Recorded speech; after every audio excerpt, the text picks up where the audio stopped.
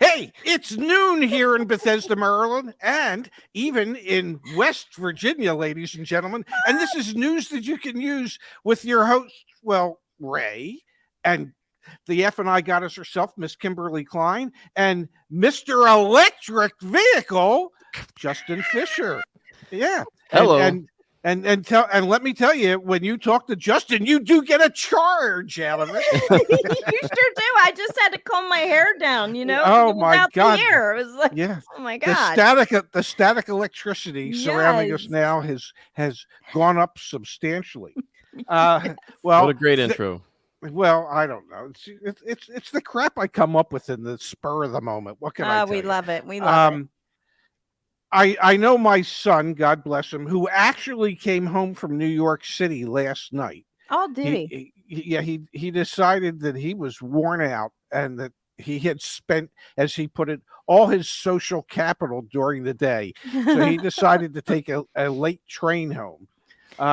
He was thinking about being here today, and then he had he thought about it some more and decided not to. But he is the one that came up with today's number one show topic, which is that new car average transaction prices and maybe all prices are starting to come down a little bit. So, with that in mind, you know what I'm about to do. What I'm are you about going to to do? sh- Are I'm you going about to to do it? share my damn screen. Do it. Here we go. For new vehicle average transaction prices. And by the way, I'm not going to say our good friends at Cox Automotive because I don't know anybody at Cox We don't Automotive. know them. But from the folks at Cox Automotive, this is some new information that just came out.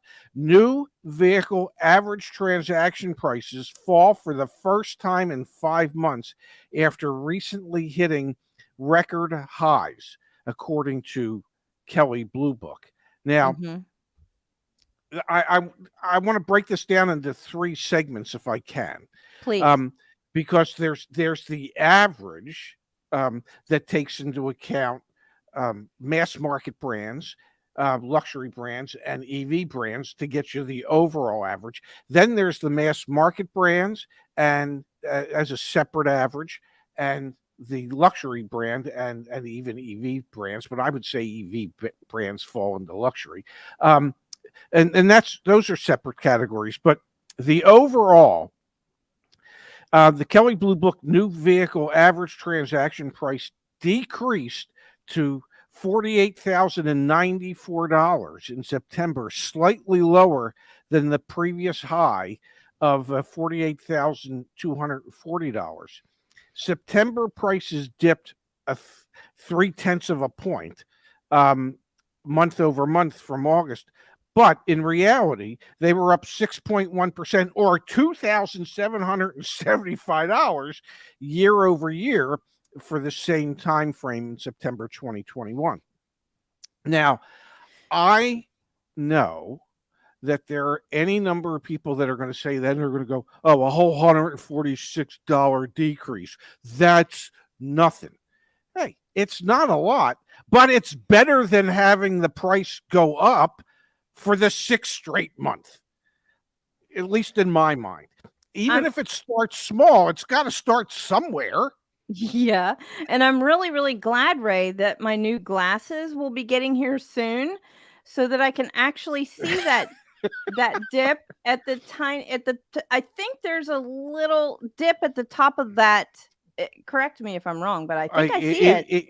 It is the tiniest dip in the history of dips, but it's not like sour cream and onion, but it is a dip, okay, and that's the important thing. Yes, a decrease is a decrease. Yep. Yes, is that we're finally seeing average transaction prices starting to drop.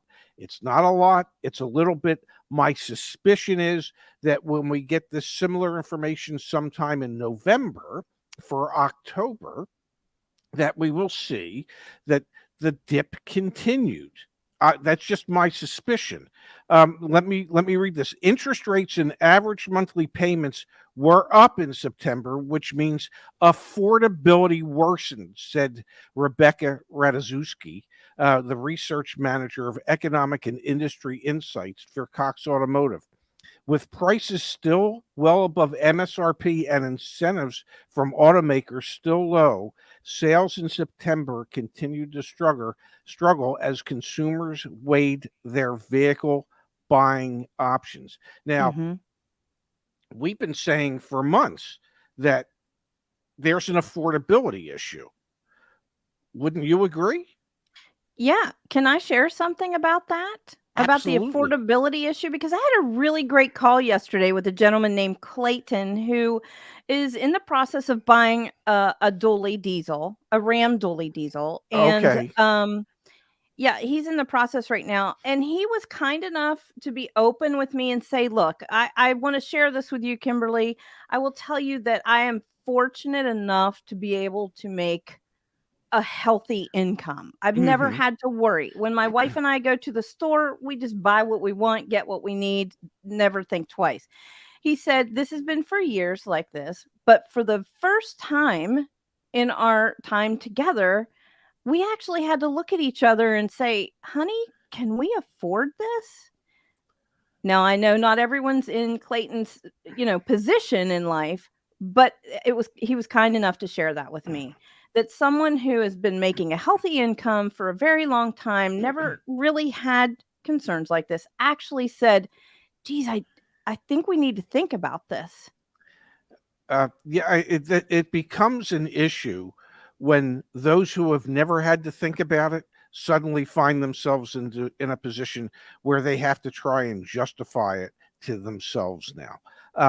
And that, at least in my mind, and Justin, I want to get your thought on this. Yeah. At least in my mind, that shows that the chasm between those who can comfortably afford to do things and those who struggle to be able to afford to do things is only getting bigger.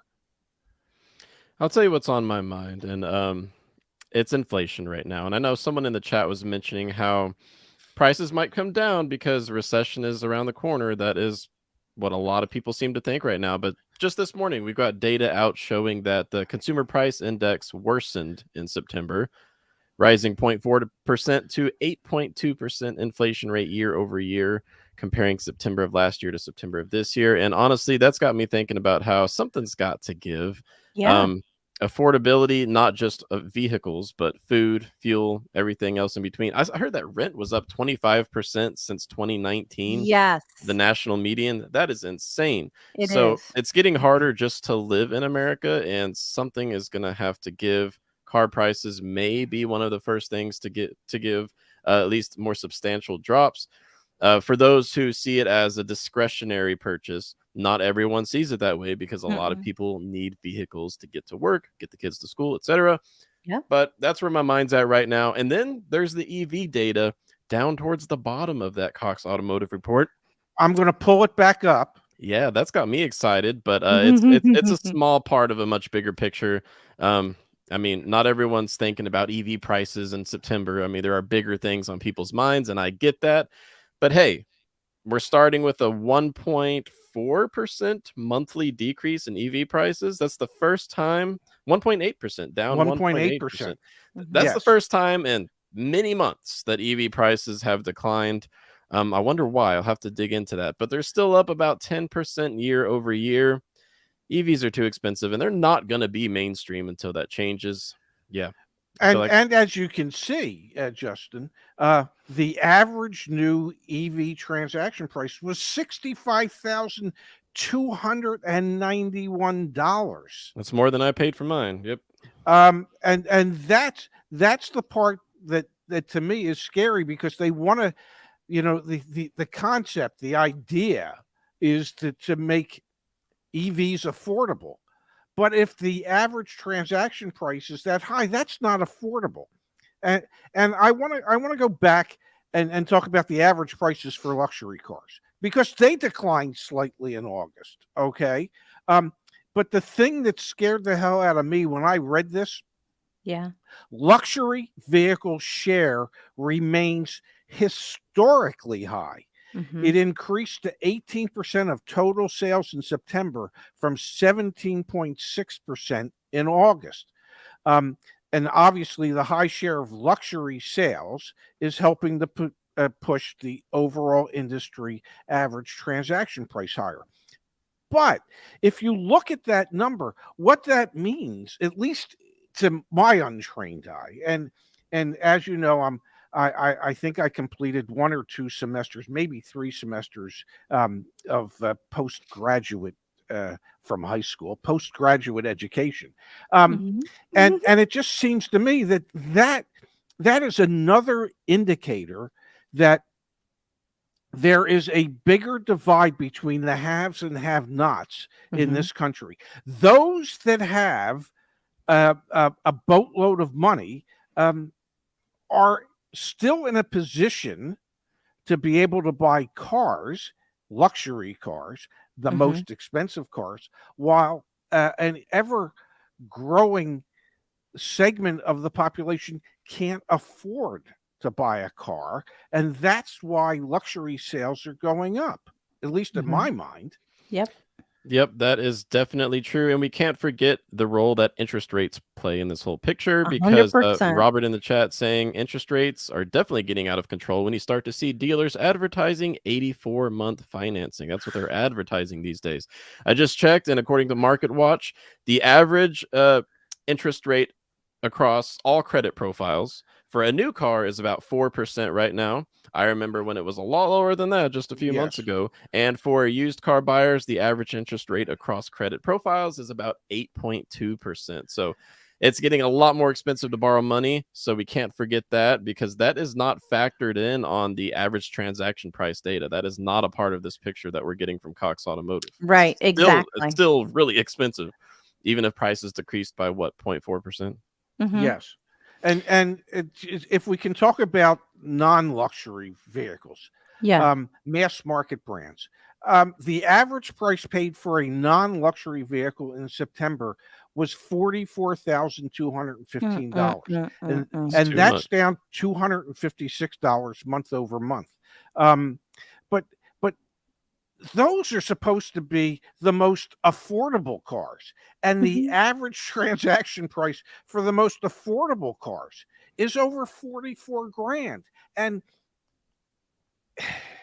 Yeah. I don't, Yeah. how is that even affordable for most folks?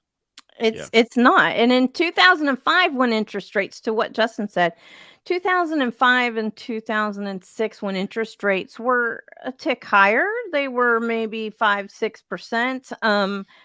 We every day had 84 months, 96 months. Yes, those are coming back.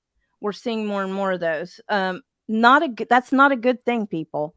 That just means, okay, now the payment is better. It's not squeezing me as tight as it would on a 60-month loan for the month whenever I have to pay rent and put food on the table.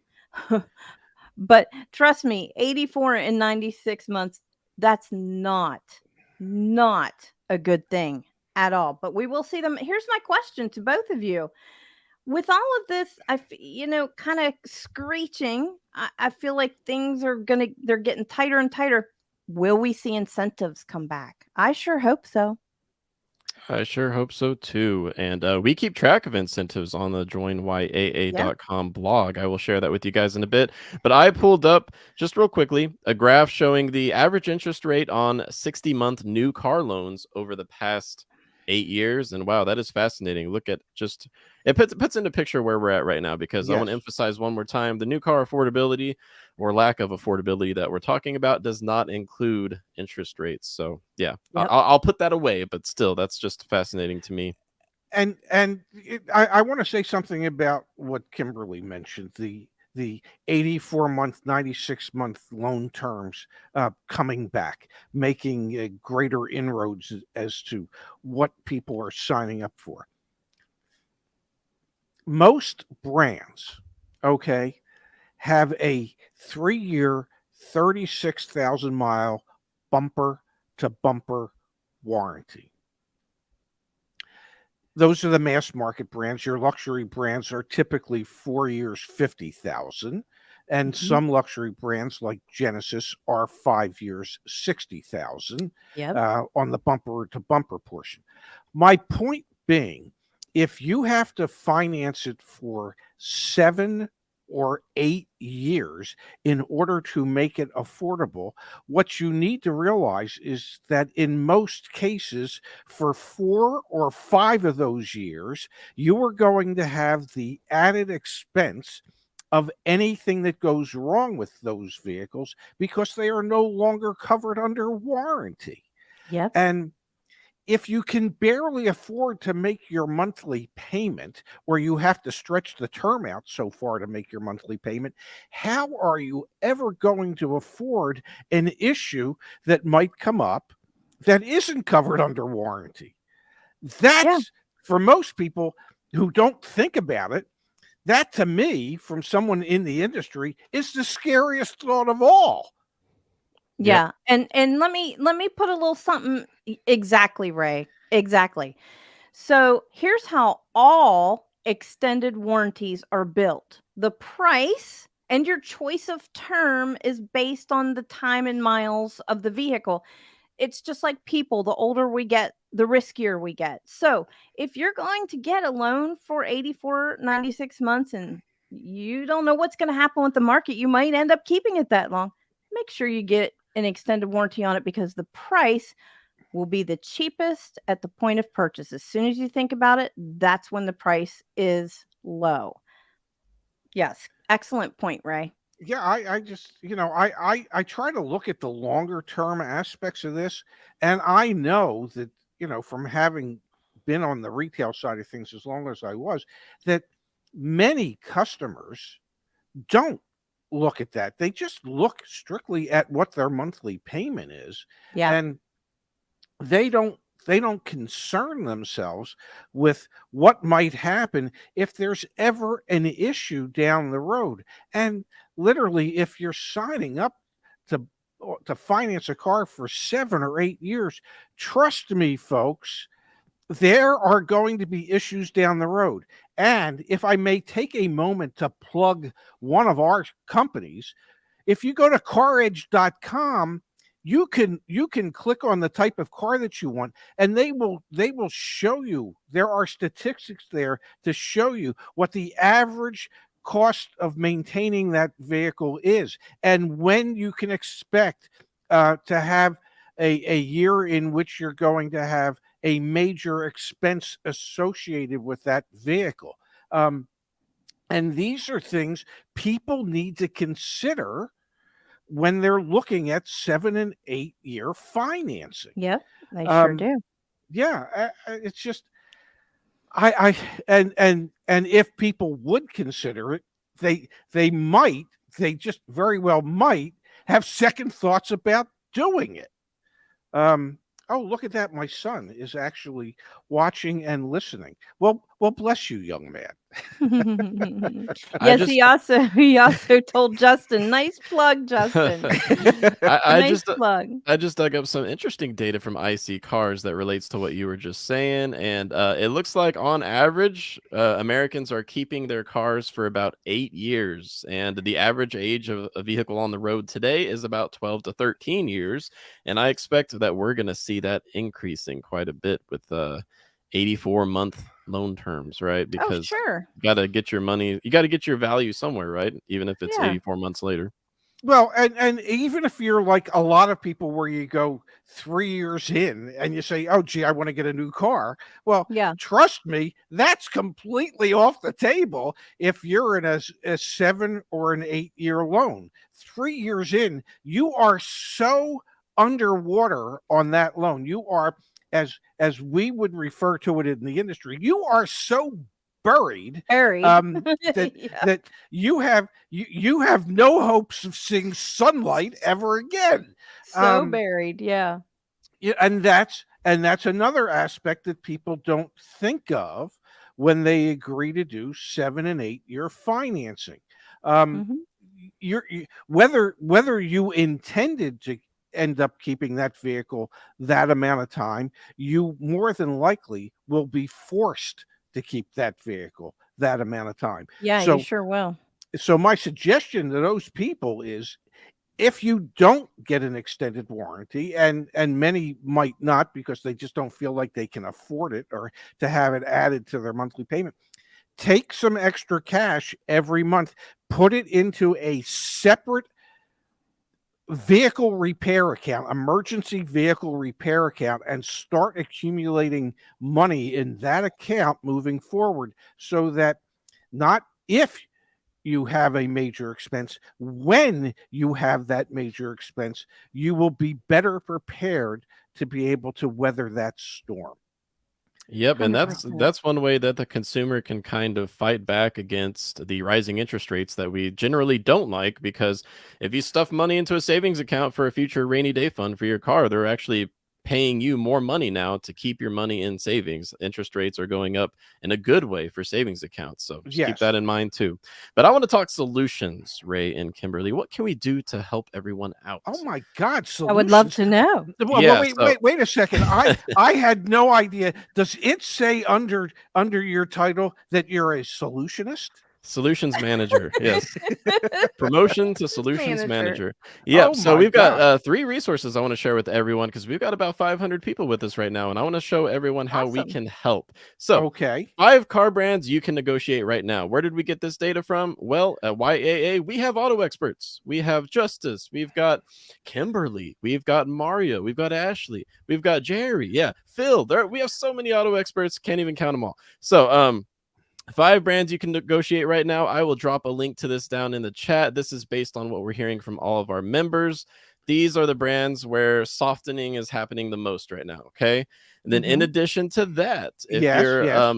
looking for incentives, especially when it comes to financing, Yes, I we've love this. we've got the best auto loan rates right now from manufacturer incentives. Now, Kimberly, Mhm. you're the finance expert, so please correct me if I say anything wrong Mm. here. But this is captive lending, right? So these are incentives put out there by the automakers. Right.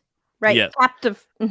And now, since there are so many, I went to every automaker's website, and this can vary by region. So you might need to put in your zip code to see if things are a little bit different in your part of America. Yes.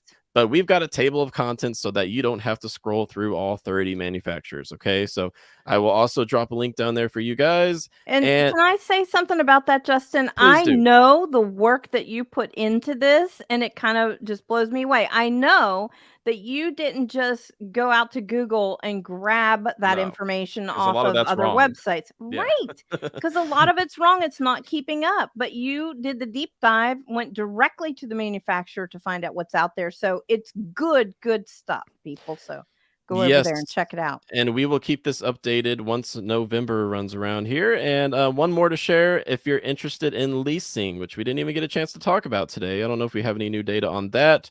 We've got the best new car lease deals this month, updated just a week ago, and we will keep this updated as time goes on. So, yeah, trying to help you guys out, because I Excellent. know we talk about a lot of doom and gloom, but hey, we're here to provide solutions as the solutions manager.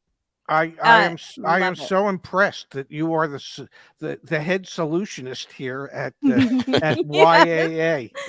I like that. Speaking of leases, can I just Absolutely. share something with you that Nissan's rolling out? Yes, Okay. absolutely. And Ray, I know you commented on this as well. Ultra low mileage lease. They're out there, they exist. Nissan's getting in on this as well. And what is ultra low, Ray? What would be an ultra low lease? Well, ultra low mileage leases are typically for specialty cars, specialty sports cars, things of that nature. And the lowest ones that I've ever seen were the 5,000-mile a year leases that are available at BMW and Mini. Um, they typically start their lease programs at 5,000 miles a year, 7,500 miles a year, 10,000, 12,000, 15,000. Personally, my present car, I'm in a lease that I'm allowed 7,500 miles a year, and I am sitting here today telling you that the lease I probably should have signed up for was the 5,000 mile a year lease, because I average about 350 miles a month that I Uh-huh. drive. That is not a lot, Ray. It's certain, which often leads me to think to myself, why didn't I just save that money and Uber wherever the hell I wanted to go? I wouldn't be paying insurance. I wouldn't. But the point is that you can get ultra low mileage leases. Now Nissan has come up with what they're calling signature flex leasing. Signature Flex, yeah. And it's basically a 5,000 mile a year lease, and you have the opportunity to up the mileage if you find that you need it. Now, having said that, you can do that on all leases. Yeah. You could sign up for a 12,000 mile a year lease and realize, oh my God, I'm more on pace to do 13,500 miles a year, and they will let you buy up extra mileage during the lease at a cheaper rate than what they will charge you for those miles at the end of the lease. But Nissan is trying to do something like this for the mass market type of leasing. So, Kimberly, if you want to go into a little more detail as to what they're doing, Well, I think yeah. our viewers would find it interesting. Yeah, and I want to ask our viewers a question specifically about what Nissan is doing, but this is for their popular vehicles of the Rogue, and I think what was the other one? Pathfinder. Pathfinder, The Rogue Pathfinder. Sport, and Pathfinder. And I know, Ray, that in the past we've done some videos about how you can actually customize your lease. You don't have to get a 10, 12, or 15. You Yes. can get, you can customize your mileage. But NEMAC, or Nissan Motor Acceptance Corporation, the finance end, here's what they want to do. They want to find out every month. Let me find this. I want to read this to you. They want to do some data gathering, you guys. They want to do some data gathering. So Sounds innocent enough. Yeah. So they But want to jump into your odometer and see what you're. Yeah, I know. That's why I'm trying to find this. They want to gather the information weekly, your driving Yes. habits weekly, Your and then driving- share yes. that with you monthly. So the real question is, do you want them knowing that Do you want that? information? Do you want that? Would you allow Nissan? Now, they do say that they ask you first if you will allow them to gather this data from your odometer electronically somehow through the interwebs. But they say they're going to ask you first if you'll allow them to collect that data. Would you? Would me personally, you and I had a brief conversation prior to the show. We did.